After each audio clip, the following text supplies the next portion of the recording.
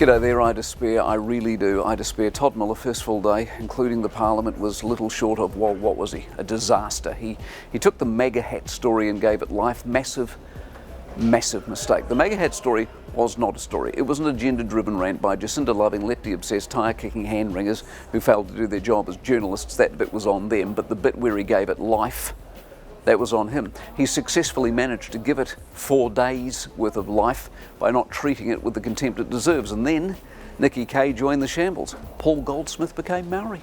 Who knew? Once again, the mistake was made in responding to the PC bollocks driven by PC media who continue to ask for support to help save their jobs while at the same time can't help but drum their hand-wringing, navel-gazing dogma. Racial diversity is not a rule or a law or a requirement, especially not in a crisis.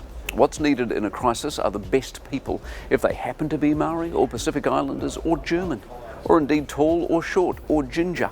All the better. But talent is the key, and that was the answer. And the answer, astonishingly, wasn't given. They genuflect and offered Paul Goldsmith as a Maori. And as a result, they got what they deserved. Yet again, Judith Collins came up trumps by simply saying what the rest of them should have said, which was, is there something wrong with being white? And no, there isn't, as long as you're good at what you do, which is the actual requirement for work, not race or height or weight or colour. Paula Bennett didn't help by basking in the disaster and saying that was a question you'd need to ask the new leadership, thus indicating that the vote on Friday was indeed razor thin. Muller wasn't ready to go, wanted to wait until after the election, but got flushed out, and there are many still aggrieved and ready to exact revenge, it would seem.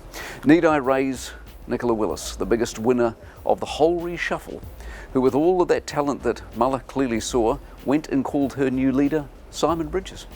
Yes, Phil Twyford may be a problem, and indeed David Clark and Kelvin Davis, but if yesterday is National's rebirth and that was what they've got up their sleeve, the current government, once they've stopped laughing, can glide easily into September without a care in the world.